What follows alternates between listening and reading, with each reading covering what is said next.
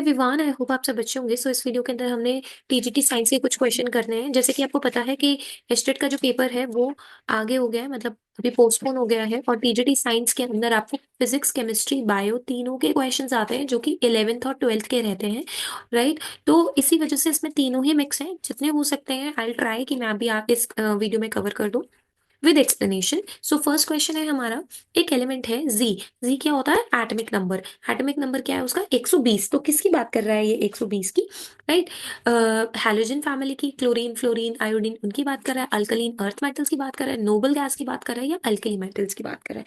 सो जो आपके alkaline earth metals होते हैं वो ग्रुप टू एलिमेंट्स होते हैं, ठीक है। तो ये ध्यान रखिएगा, ये ग्रुप टू एलिमेंट्स होते हैं। और एलिमेंट जो 120 है वो इस ग्रुप से बिलोंग करता है, right. Let's move to the next question. Next question says the resistivity of the just a minute, yes, resistivity of the conductor wire depends on. जो रेजिस्टिविटी होती है कंडक्टर की वो किस पे डिपेंड करती है? लेंथ ऑफ द कंडक्टर के ऊपर, या फिर cross section of the conductor के ऊपर, या फिर आपका nature of the material of conductor के ऊपर, या फिर only temperature of the wire के ऊपर? आपने रेजिस्टिविटी के बारे में पढ़ा होगा क्लास 10th के अंदर, राइट। तो उसी में से क्वेश्चन आया है, आपने ये पढ़ा होगा जो रेजिस्टेंस होती है that is directly proportional to length and inversely proportional to area of cross section, right. अच्छा, एक चीज और मुझे आपको बतानी थी, आई फॉरगॉट। यहाँ पर जो 120 होता है एक्चुअली उसको अभी तक नाम नहीं दिया है यहाँ पर, ठीक है। आप भी सोच रहे होंगे 120 को अभी तक नाम नहीं दिया है, बट इसे करेंटली अनबिनेलियम बोलते हैं, राइट। इसे करेंटली अन मैं लिख देती हूँ बिनेली, और ये पिछले ईयर के पेपर का ही क्वेश्चन है, राइट। सो आप इसे चेक कर सकते हैं, राइट। सो हम बात कर रहे थे रेजिस्टिविटी की, राइट। सो रेजिस्टिविटी जो है कंडक्टर की किस पे डिपेंड करती है? रेजिस्टिविटी कंडक्टर की डिपेंड करती है आपके ये लेंथ ऑफ द कंडक्टर पे, क्रॉस सेक्शन पे, रेजिस्टिविटी, हाँ रेजिस्टेंस नहीं पूछा है, रेजिस्टिविटी पूछा है, राइट। तो रेजिस्टिविटी हमारी डिपेंड करती है नेचर ऑफ द मटेरियल के, ठीक है। तो करेक्ट आंसर क्या है कि किसका वो बना हुआ है? Okay, so let's move to the next question. Next question says R, यहाँ पे एक एल्काइल ग्रुप हो सकता है NH2 plus CHCl3 plus KOH, right. तो ये कौन सी रिएक्शन है? इसके अंदर यहाँ पर क्या बनेगा, राइट, ये पूछा गया है। सो इस साइड पर बनेगा, यहाँ पर जो बनेगा दैट इज RNC। और ये रिएक्शन कौन सी है? इसके अंदर ना NH2 जो है ये CHCl3 क्या है? Chloroform, right. क्लोरोफॉर्म है और इसके अंदर एक स्ट्रॉन्ग बेस डाला गया है, और इस बेस का नाम क्या है? Potassium hydroxide, right. और ये क्या बनाएगा? ये बनाएगा isocyanide, right, RNC। Let's move to the next question.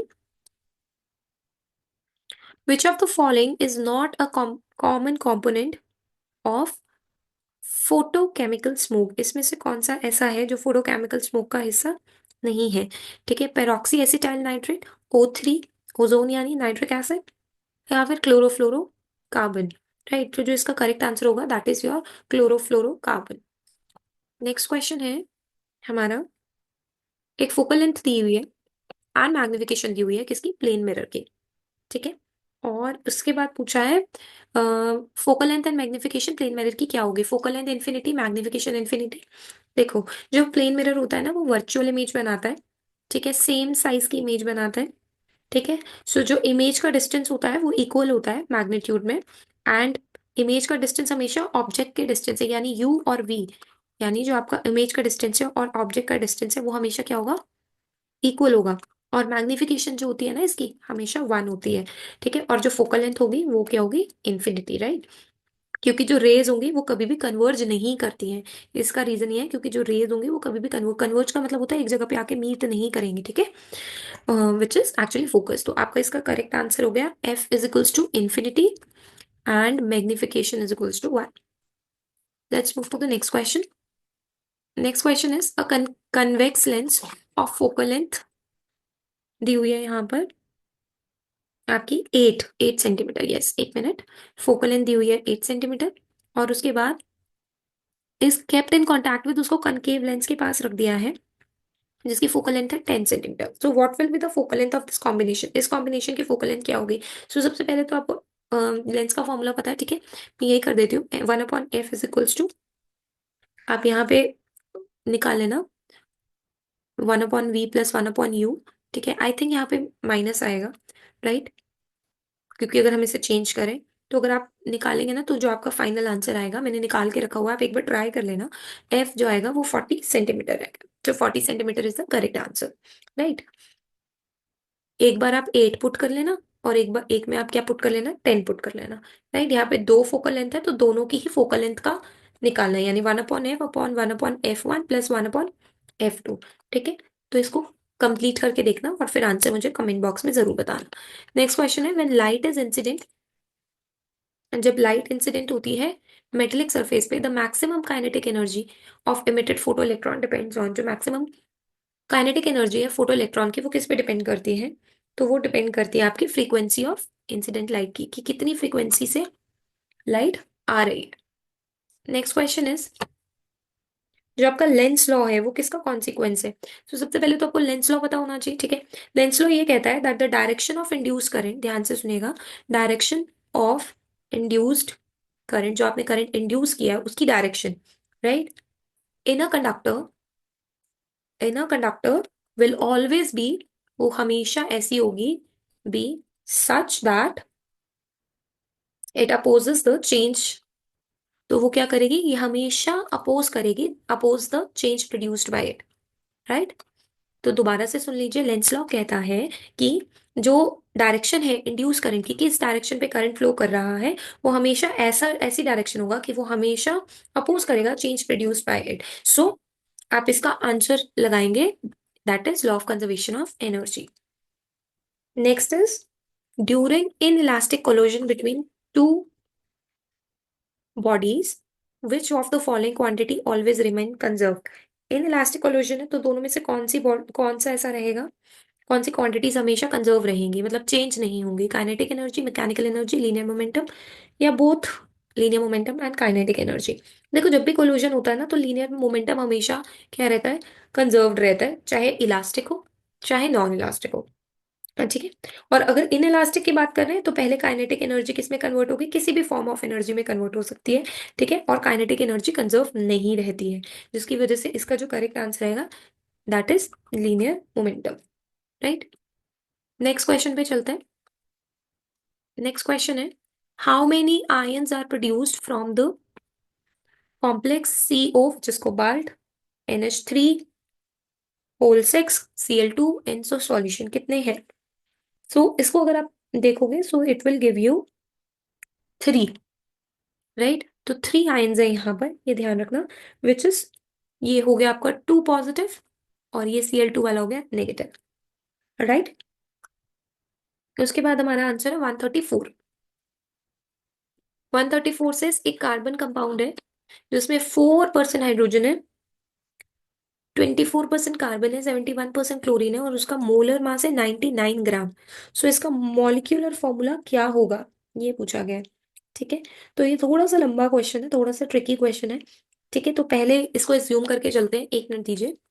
पहले से एज्यूम करके चलते हैं कि 100 ग्राम कंपाउंड होगा, ठीक है, जिसमें से 4 ग्राम हाइड्रोजन और कार्बन 24 ग्राम, 71 ग्राम क्लोरीन। ठीक है, 71 ग्राम हो गया आपका क्लोरीन। सो अगर हम देखें 4 ग्राम ऑफ हाइड्रोजन का 1 ग्राम मोल, ठीक है, अगर हम मोल्स में निकाले इसे तो 4 मोल्स आ गए, राइट। और अगर 24 को हम मोल्स में निकाले तो कितना आएगा कार्बन का, ये हो जाएगा 12, नहीं 2 मोल्स। और अगर हम क्लोरीन का निकालें तो 71/35.5, क्योंकि ये Cl2 होता है ना, हम Cl2 लिखते हैं इसको, राइट। तो 35.5 का डबल हो गया 71, और इसको निकालोगे तो इसके मोल्स आ जाएंगे आपके 2 मोल्स। अब आपको क्या करना है, आपको हर एक मोल की वैल्यू को स्मॉलेस्ट वैल्यू के साथ डिवाइड कर देना है। ठीक है, सो मान लीजिए आपका हाइड्रोजन का आया था, हाइड्रोजन का आया था 4, 4 को जो स्मॉलेस्ट वैल्यू क्या है 2 आई थी, 2, हाइड्रोजन का 2 हो गया, कार्बन की वैल्यू अगेन 2, और 1 आ जाएगा इसका आंसर।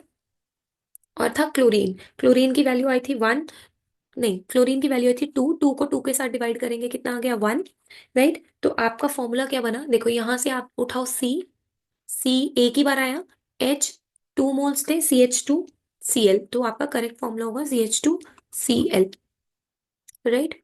नेक्स्ट क्वेश्चन पर चलते हैं।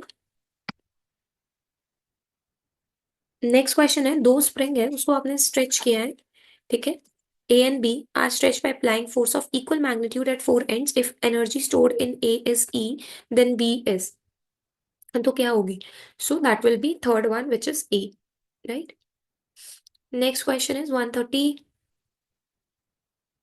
एक क्रिकेट बॉल है 150 ग्राम की, वो मूव कर रही है विद वेलोसिटी ऑफ 12 मीटर पर सेकेंड, और उसे हिट किया जाता है एक बैट के through, right. And then it is turned back with 20 meter पर सेकेंड, जब इसे हिट किया जाता है तो वो 20 मीटर पर सेकेंड की वेलोसिटी से जाती है। तो इसके अंदर आपको बताना है, और बैट को जब हिट किया जाता है कॉन्टैक्ट में आती है बॉल 0.01 सेकेंड के लिए, तो इम्पल्स निकालनी है। तो इम्पल्स का फॉर्मूला क्या होगा? पहले तो आप चेंज इन मोमेंटम निकाल लीजिए। चेंज इन मोमेंटम क्या होता है? Final momentum upon minus initial momentum, right. तो ये कर लीजिएगा। मास यहाँ पे आपको दिया गया है, तो जब आप ये निकाल लेंगे, मास 0.15 दिया है ना, इसको आप निकाल लेना, ठीक है। केजी के अंदर 0.15 हो जाएगा, और इनिशियल वेलोसिटी हो गई आपकी 12, फाइनल हो गई -20, ठीक है। क्योंकि टर्न्ड बैक, जब भी टर्न बैक हो रहा है तो -20 अपोजिट डायरेक्शन में जा रहे हैं, ठीक है। तो जब आप इसको फिल करोगे फॉर्मूला के अंदर, so your answer will come 4.8 -4.8 N S, right. Next question is, next question में पूछा है A C3H8 + B, इसको बैलेंस करना है एक्चुअली। C3H8 के आगे क्या लगाए? तो जब आप इसको बैलेंस करेंगे ना, तो आपकी बैलेंसिंग इक्वेशन आएगी अ, ये वाली, 1, यहाँ पे तो 1 ही रहेगा, ठीक है। यहाँ पे 1 ही रहेगा, यहाँ 5 रहेगा, ठीक है। ये मैंने करके देख लिया था तो इसलिए मैं आपको बता रही हूँ, फिर मैं दिखा भी दूंगी कि आपको ये बैलेंस हो गई है। 3 और यहाँ 4, तो विच इज आंसर नंबर 4। चलो देखे करके, कार्बन यहाँ 3 है, कार्बन यहाँ देखो 3 हो गए, ठीक है। उसके बाद हाइड्रोजन 8 है, 8 हाइड्रोजन देखो, 4 2 8, ठीक है। उसके बाद ऑक्सीजन 10 है, राइट, 5 2 10, ये 3 2 6 इधर वाले हो गए, और ये 4 10, ठीक है। तो this is the correct answer. Urea is excreted by, urea कौन एक्सक्रीट करता है? तो urea frog, adult frog release करता है, ठीक है। तो frog is the correct answer. Which of the following has sp3 hybridization? sp3 D hybridization किस में होती है? sp3 डी हाइब्रिडाइजेशन अगर इसमें देखे तो होगी इसकी XeO4 की, राइट। इसके अंदर क्या हो रहा है? एक s ऑर्बिटल है, 3p ऑर्बिटल है, एक d ऑर्बिटल है, और ये टोटल मिला के 5 ऑर्बिटल्स बना रहे हैं, right. So that is sp3। So next question is 141। 141 जो क्वेश्चन है, अ पॉइंट चार्ज क्यू, ये जो दो क्वेश्चन है ये आपके होमवर्क रहने वाले हैं, सो प्लीज आप इसे सॉल्व करके देखिएगा, राइट। और इनके आंसर्स कमेंट बॉक्स में जरूर डालिएगा। आज के लिए इतना ही। नेक्स्ट वीडियो को जरूर देखिएगा, वो भी साइंस की ही रहने वाली है। और अगर वीडियो अच्छी लगी तो like share and subscribe. Thank you so much for watching.